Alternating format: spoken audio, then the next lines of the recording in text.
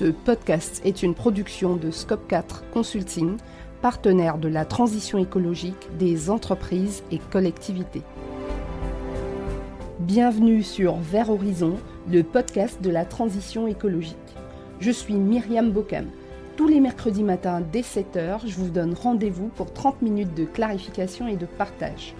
Comprendre les enjeux écologiques, c'est déjà agir dans le bon sens. Vert Horizon, Myriam Bocam. Bonjour à tous. L'épisode de ce jour porte sur la neutralité carbone. Qu'est-ce qu'on entend exactement par neutralité carbone ? Que pouvons-nous faire pour y contribuer à titre personnel ? Quels sont les leviers d'action des entreprises et collectivités pour y contribuer efficacement ? Tel est le contenu de cet épisode. La transition écologique, c'est le passage du monde d'aujourd'hui vers celui de demain, en fonction notamment des scénarios de changement climatique envisagés par le GIEC. Pour mémoire, le GIEC a envisagé 5 scénarios de hausse de la température terrestre en fonction que l'on poursuive nos activités sans rien changer, qu'on les accélère ou qu'on les ralentisse.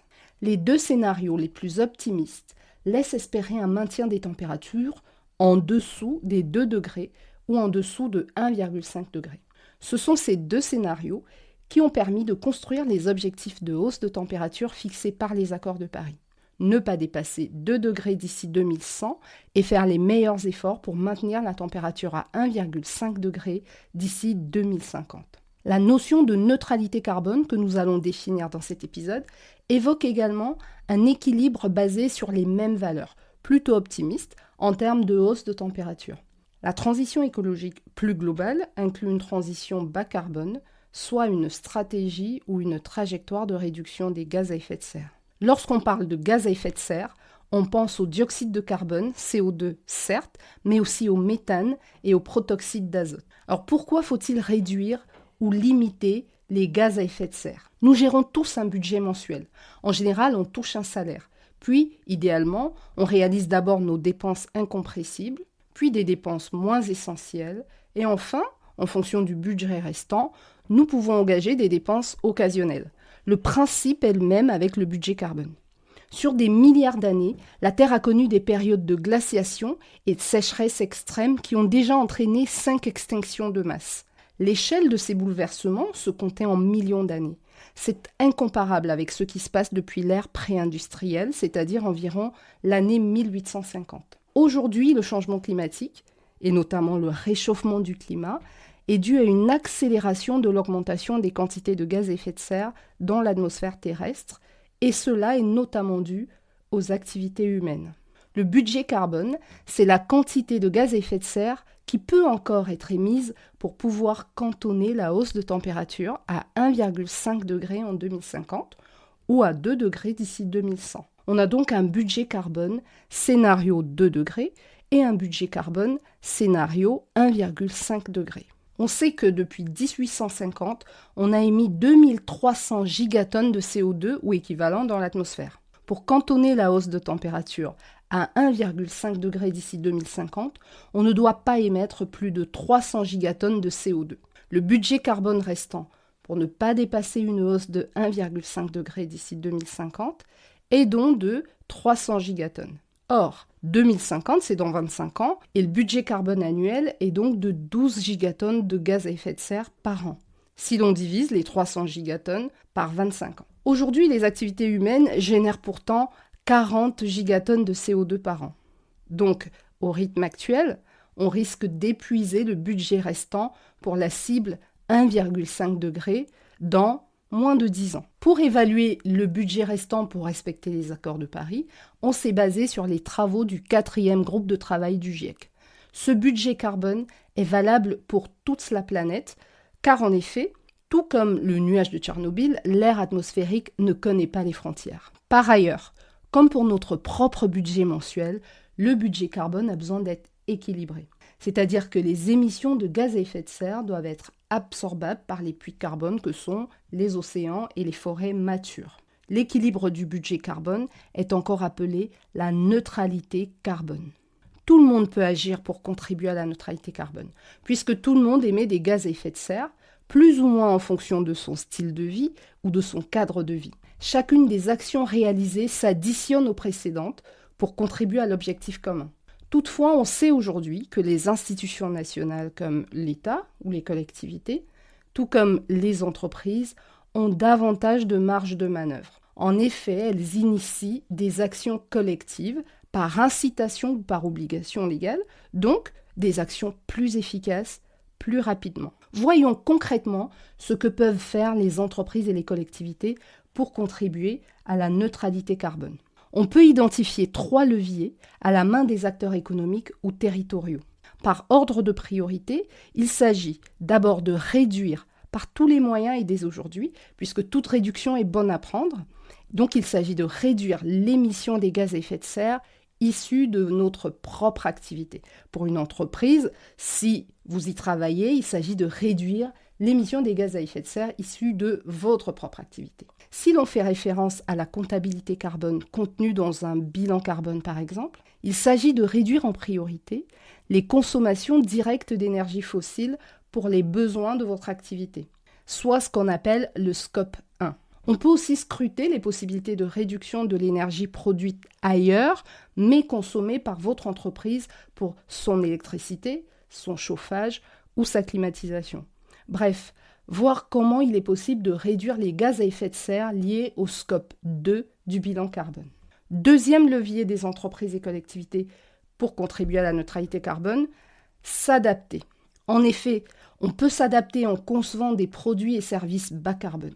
Il peut s'agir d'un service de réparation pour un fabricant ou un vendeur de smartphones, par exemple, tout comme il peut s'agir de solutions d'épargne orientées vers le financement d'énergies renouvelables pour une banque. Chaque organisation doit donc procéder à une analyse du cycle de vie de ses produits ou services afin de détecter les sources majeures d'émissions de gaz à effet de serre et d'agir précisément en conséquence. L'action peut se faire en adaptant ses activités ou en les réorientant afin d'en préserver la profitabilité à long terme. Parce que questionner sa chaîne de valeur à l'aune de la transition écologique est un enjeu stratégique qui non seulement assurera la pérennité de votre activité, si cette dernière est compatible avec un monde dont le climat change, mais aussi c'est un enjeu stratégique qui vous permettra de contribuer à la neutralité carbone. Dans certains secteurs d'activité, la neutralité carbone est traduite par des feuilles de route communes qui portent diverses appellations, comme par exemple la Net Zero Banking Alliance, en ce qui concerne les banques. Nous reviendrons dans quelques minutes sur l'écueil à éviter lorsqu'on communique sur les actions que l'on entreprend dans le domaine RSE, responsabilité sociétale de l'entreprise, ou quand on communique autour de la transition écologique. Avant cela, parlons du 3e levier d'action en faveur de la neutralité carbone. Il s'agit, une fois que l'on a fait ses meilleurs efforts en réduction et en adaptation, de compenser les quantités de carbone émises. On peut en effet compenser ces émissions de gaz à effet de serre de plusieurs manières. Les grandes entreprises ont commencé il y a quelques années par financer chez des tiers, en dehors de leur chaîne de valeur, et souvent à l'autre bout du monde, des projets estampillés, voire labellisés, favorables au climat ou à la biodiversité. On a ensuite réalisé que certains de ces projets entraînaient des conséquences néfastes sur les populations locales et que le calcul précis de leur apport réel était très approximatif, voire incertain. Or, ces entreprises se basaient sur des calculs pour minorer leurs émissions de gaz à effet de serre déclarées. À titre de rappel, les considérations sociétales et de gouvernance sont fondamentales dans la réussite d'une transition juste. Autre exemple, une entreprise qui émet 100 tonnes de gaz à effet de serre, par exemple 100 tonnes de CO2 par an, communique et affiche dans son bilan carbone qu'elle n'en émet que 70 parce qu'elle compense avec 30 tonnes de CO2 sauvées, entre guillemets, grâce à 20 arbres plantés au Sénégal. Les actions de compensation via la replantation d'arbres, comme puits de carbone, nécessiteraient, il faut le savoir, 6 fois la surface de la planète pour absorber les quantités de gaz à effet de serre émises dans le monde entier.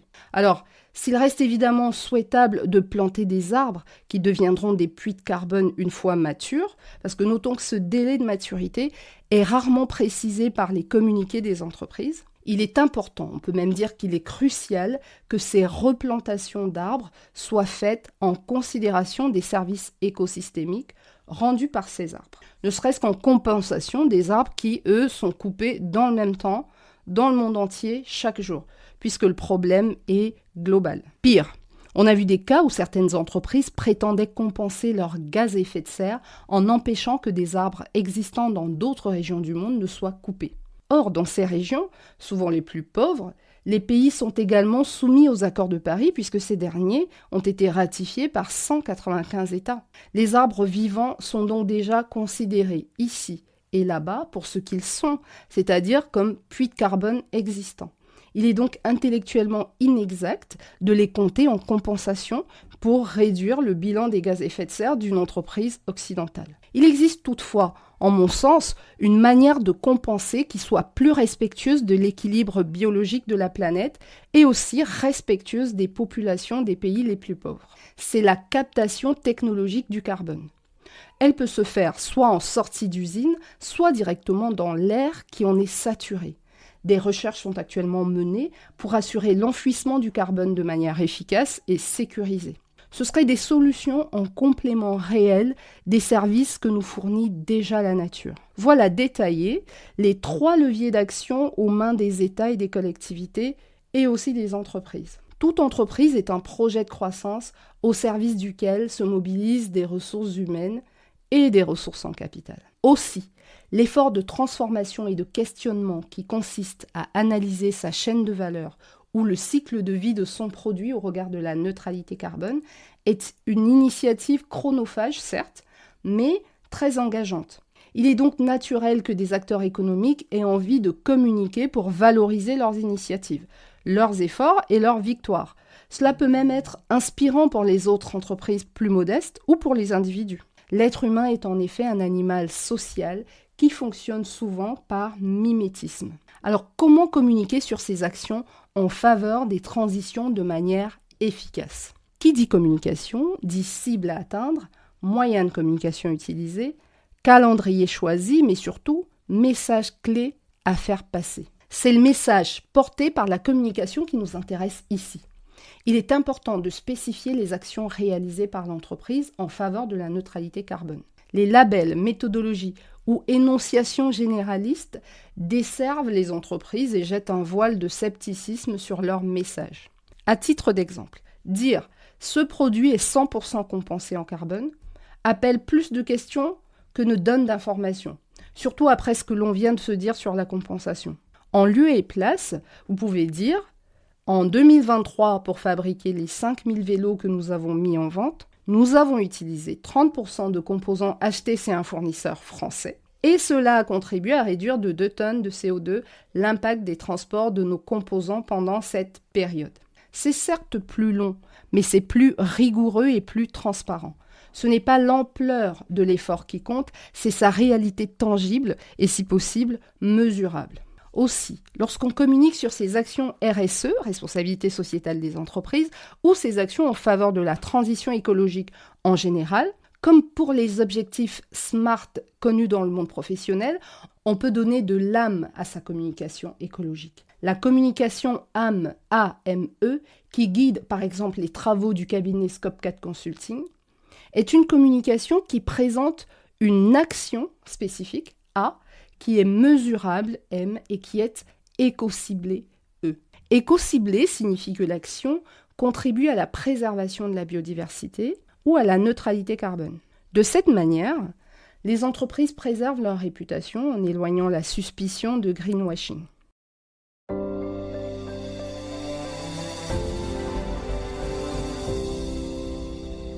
En résumé, nous savons maintenant que la neutralité carbone, c'est l'équilibre entre les émissions de gaz à effet de serre et les capacités d'absorption par les puits de carbone. Le budget carbone restant à émettre pour ne pas dépasser 1,5 degré d'ici 2050 est d'environ 300 gigatonnes de CO2, soit 12 gigatonnes de CO2 par an, alors que nous en émettons encore 50 gigatonnes par an. Tout le monde peut contribuer à la neutralité carbone d'ici 2050.